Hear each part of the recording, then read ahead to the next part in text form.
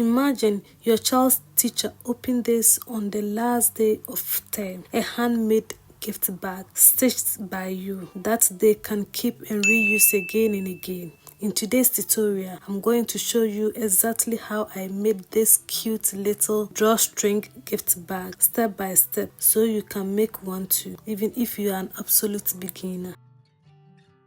These are the things you will need. For my bag, I've cut 1 rectangle for the main fabric, 2 rectangles for the top, that's the satin fabric, then 1 rectangle for the interface I'll be using for the base because I need the down part to be a bit firm, so I'll be adding interface to the down part for the drawstring. Then you need ribbon.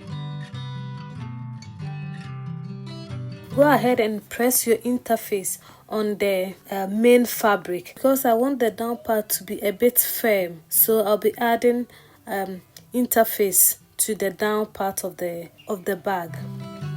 Then go ahead and then iron your lining to get the midpoint of your lining, just like what I'm doing. Now go ahead and pin your top fabric. That's, in this case, I'm using a satin, but you can use whatever material you want.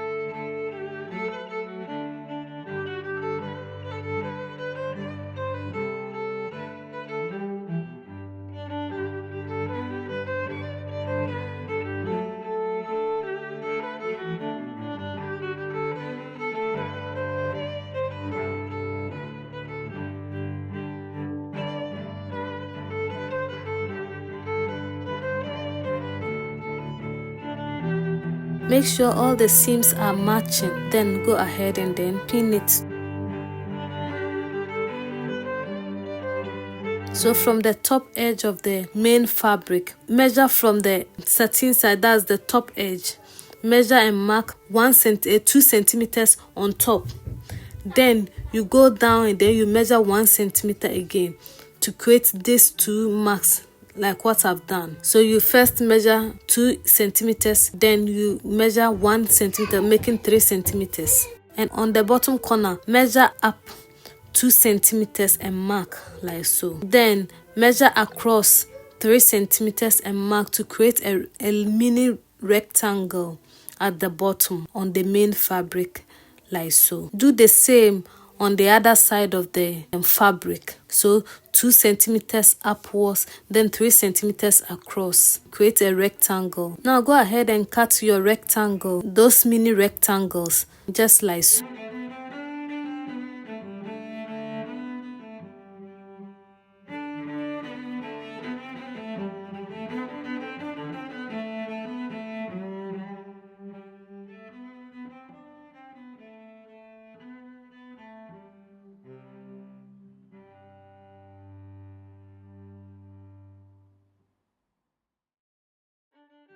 Do the same on the lining fabric, so make sure that everything is aligning properly. Then go ahead and then create the rectangle at the bottom and then cut just like you did for the main fabric. Go ahead and you sew and leave some space that you use to turn it. So I'm leaving about 5 inches in the middle where I will not sew. Then I'll use it to turn everything out when I'm done. But for the main fabric, you start sewing from the up to the mark, the 2 centimeters mark we made. Then you jump to the 3 centimeters mark we make, and then you sew to the bottom of the top of the rectangle you've created at the bottom like so. So let's go ahead and then sew it. I'll sew with 0.25 inches seam allowance. After joining the side seam, you open the rectangle and sew on the rectangle like so. We are going to sew here.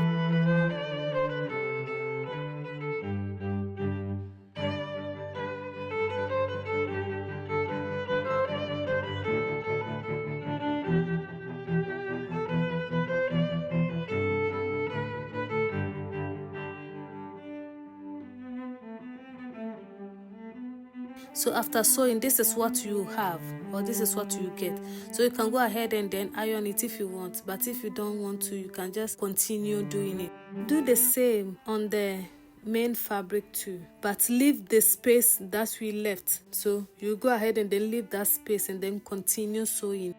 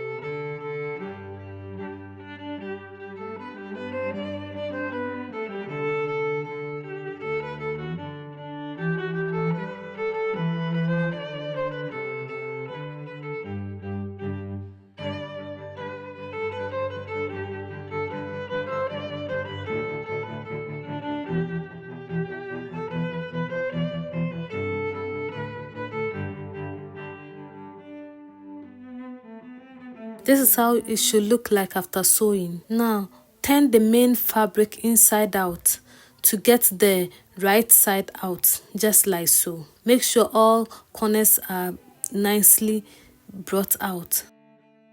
Then the lining side is still right side inside. So put the main fabric into the lining, just like so. Right side will be facing right side. Right side of the lining will be facing the right side of the main fabric. Put everything together just like so. Make sure all your seams are matching. Then go ahead and then stitch the top part of the bag, the top part of the lining and then the main fabric together like so. If you are using satin, you should add more pins as satins are very slippery and therefore a bit tricky to sew. So put in a lot of pins to be able to sew it without it moving around and then causing a whole lot of problem for you. Go ahead and sew it with the seam allowance you want to use. So in this case, I'm just using 0.25 inches seam allowance.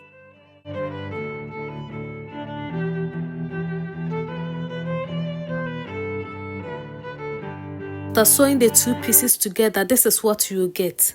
This is how it's supposed to look like. You are going to use the hole you left when you were sewing the lining and then use that hole to turn everything inside out, just like so.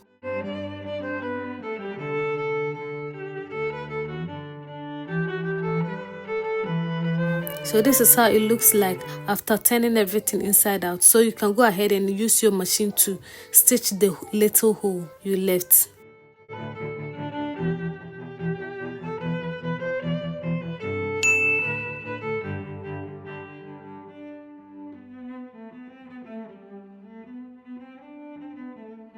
Now push the lining into the main fabric. This is the hole we left. This is where we will pass our string. So that's the hole we left for our string when we were sewing the main fabric. So this hole will mainly depend on the ribbon you'll be using. So if you're using a bigger ribbon, it will be advisable you leave a bigger hole. My ribbon is about 0.25 inches. So I left only 1 centimeter, which is enough for the ribbon to move through. If you are using satin just like what I'm using, you can either top stitch the hem of the top to have a nice flat top.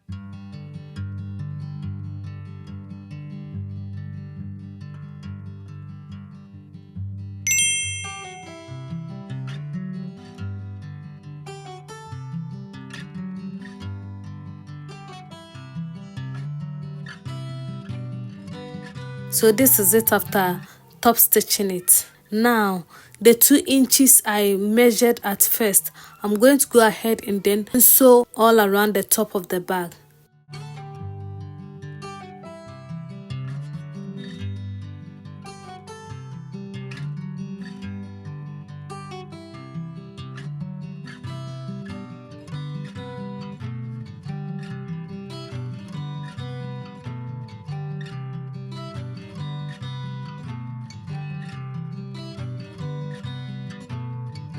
Now for the fun part, the drawstring. In this case, the length of the ribbon I used is 40 centimeters. So I cut two 40 centimeters ribbon to use. Attach a safety pin, or in this case, I'm just using this rubber needle, to one end of your ribbon and feed it through the case from one side all the way around and back out where you started. Then feed the second ribbon in from the opposite side so that you have two ribbon ends on each side. This gives you the lovely even pull when you close the bag. Check if the bag gathered nicely when you pull both sets of ends.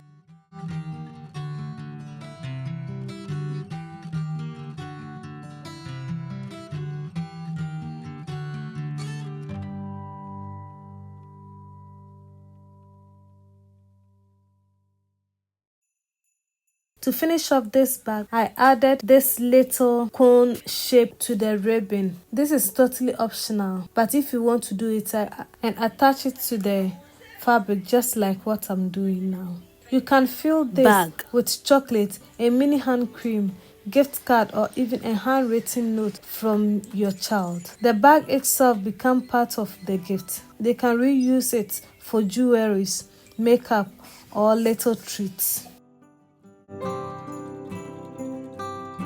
If you've enjoyed this project and you are planning to make one for your child's teacher, your client, or to sell, let me know in the comments. Tell me what you are planning to put inside. Maybe I may steal from your ideas. Don't forget to like this video, subscribe to the channel, and turn on the notification bell so you don't miss my next sewing tutorial. Thank you so much for watching, and I'll see you in my next video. Bye bye.